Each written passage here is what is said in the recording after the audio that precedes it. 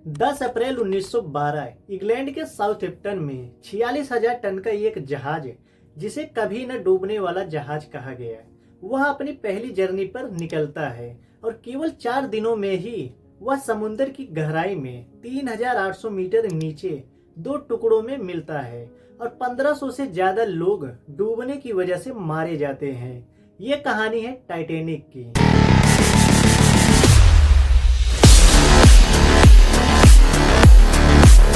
Titanic पर सैकड़ों video बन चुकी है, लेकिन आज की इस डॉक्यूमेंट्री में हम उन सवालों के जवाब देंगे जो अक्सर छोड़ दिए जाते हैं। आखिर उसके पतवार में कमजोर कड़ियां क्या थी और कभी न डूबने वाला जहाज कैसे 2 घंटे 40 मिनट में ही गायब हो गया।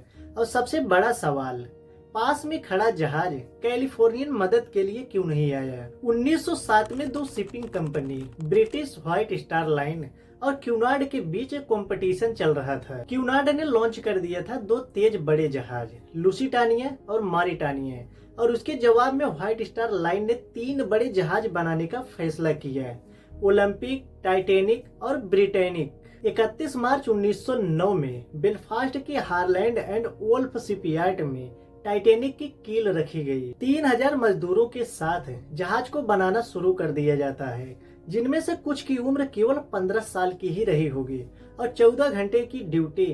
और जहाज को बनाते समय ही 246 लोग घायल हो गए थे और 8 लोगों की तो मौत हो गई थी। जहाज के पतवार में 300 स्टील की प्लेट और 30 लाख से ज्यादा रिवेट्स लगाए गए थे और यहीं पे सबसे पहली गलती होती है। ऊपरी हिस्से में स्टील के रिवेट्स और निचली हिस्से में लोहे के रिवेट्स लगे थे, जो ज्यादातर भंगुर थे और ऑब्जर्वेशन के बाद पता चला कि वो सामान्य झटके में ही टूट सकते थे। जहाज की सतह को 4 लेयर में बनाया गया था। जैसे कि पहले वाली डिब्बे में कोई प्रॉब्लम होता तो पानी पहले वाली डिब्बे में ही भरता और तब भी जहाज आसानी से चलता रहता है, और दूसरी वाली डिब्बे में कोई प्रॉब्लम होता है तब भी जहाज आसानी से चलता रहता है। जहाज की फर्स्ट क्लास, जिसमें 324 यात्री सफर कर रहे थे, जिसके टिकट की कीमत $2,560, जो आज के लगभग $75,000 के बराबर है, जिसमें आपको मिलता तुर्की bath, swimming pool, squash court और 10 कोर्स का डिनर टेबल। उस जहाज में सफर कर रहे थे दुनिया के सबसे अमीर आदमी जॉन जेकब एस्टर, जिनकी नेटवर्थ 2.5 अरब डॉलर से भी ज्यादा थी। वो अपनी प्रेग्नेंट वाइफ के साथ न्यूयॉर्क जा रहे थे और सेकंड क्लास में 284 यात्री सफर कर रहे थे। उनमें ज्यादातर डॉक्टर, पादरी और टूरिस्ट शामिल थे और उनकी टिकट की कीमत थी लगभग $1,200। और थर्ड क्लास में 709 लोग सफर कर रहे थे।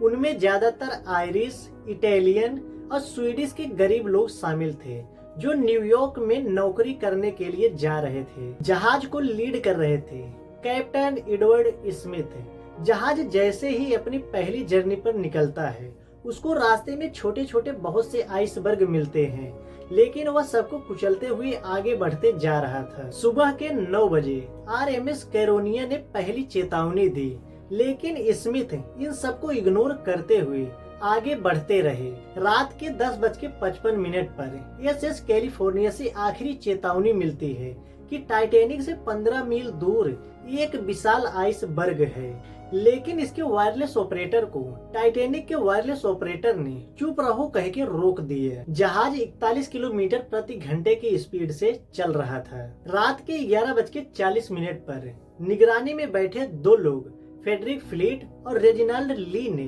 कुछ ऐसा देखा, बर्फ का काला द्रव्यमान बिना दूरबीन के, क्योंकि दूरबीन की चाबी डेविड ब्लेयर ने अपने साथ उतरते समय ले ली थी। फ्लीट ने कई बार घंटी बजाई, जिसका मतलब आगे कुछ है।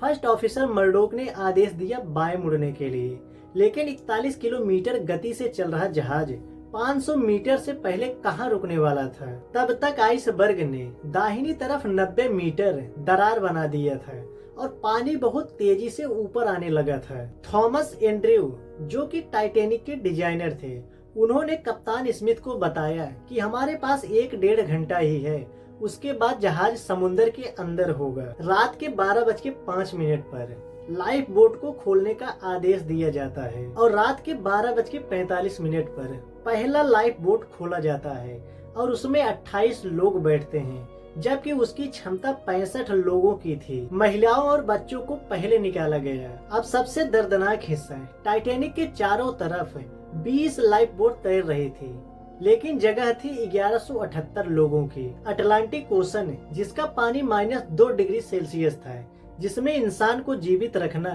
लगभग इम्पॉसिबल था। टाइटैनिक से केवल 19 किलोमीटर दूर था आरएमएस कैलिफोर्निया, जिसने रात के 10:30 पर पहले ही चेतावनी दे दी थी, लेकिन टाइटैनिक के ऑपरेटर ने चुप रहने को कहा। रात के 10:30 पर सिरिल इवांस, जो कि कैलिफोर्नियन का वायरलेस ऑपरेटर था, वह सो गया था, और जब टाइटैनिक के एसओएस ने मैसेज भेजा तब सुनने वाला वहाँ कोई था ही नहीं। कैलिफोर्नियन के कप्तान स्टैनली लॉर्ड ने सतह पर कुछ रोशनी देखी, लेकिन उन्होंने सोचा कि छोटे मोटे जहाज ही होंगे। जब सुबह 5:30 बजे पता चला कि टाइटैनिक डूब चुका है, तब तक बहुत देर हो चुकी थी। जब इन्वेस्टिगेशन हुआ तो कैलिफोर्नियन के कप्तान पर लापरवाही का ठप्पा लगा। टाइटैनिक के बचाव में आरएमएस कारपेथिया, जो 93 किलोमीटर दूर था, उसने अपनी पूरी गति से दौड़कर 4:10 पर 712 लोगों को बचाया और 1500 से ज्यादा लोग मर चुके थे। मरने वालों में थॉमस एंड्रयू, कप्तान स्मिथ, जॉन जेकब एस्टर और बेंजामिन गुगेनहाइम थे। टाइटैनिक के डूबने के बाद दुनिया को एहसास हुआ कि यह कोई दुर्घटना नहीं बल्कि सिस्टम का फेलियर था। अमेरिकी और ब्रिटिश सरकारों ने पूछताछ की तो पता चला लाइफ बोट की कमी और रेडियो पर 24 घंटे निगरानी का न होना। थर्ड क्लास को बचने के लिए कोई भी रास्ता ही नहीं दिया गया था। समुद्र का मलबा 73 सालों तक 3800 मीटर गहराई में पड़ा रहा। बहुत से लोगों ने खोजने की कोशिश की। आखिरकार 1 सितंबर 1985 को एक अमेरिकी फ्रांसीसी टीम ने, जिसका नेतृत्व कर रहे थे डॉक्टर ब्लार्ड, ने खोज निकाला।